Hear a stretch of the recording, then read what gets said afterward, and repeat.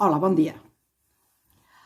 Un savi grec va dir fa segles que l'home era un animal que parlava. Una definició molt simple, per començar, però amb un contingut molt fort al darrere.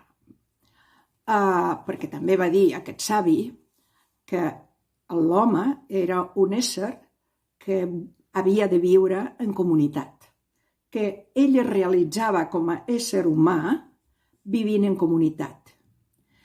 I què és el que ens fa formar una comunitat? Doncs la parla, la llengua, una llengua.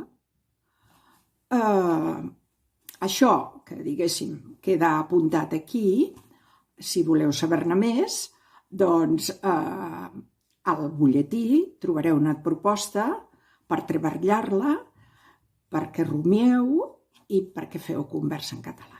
D'acord? Una abraçada.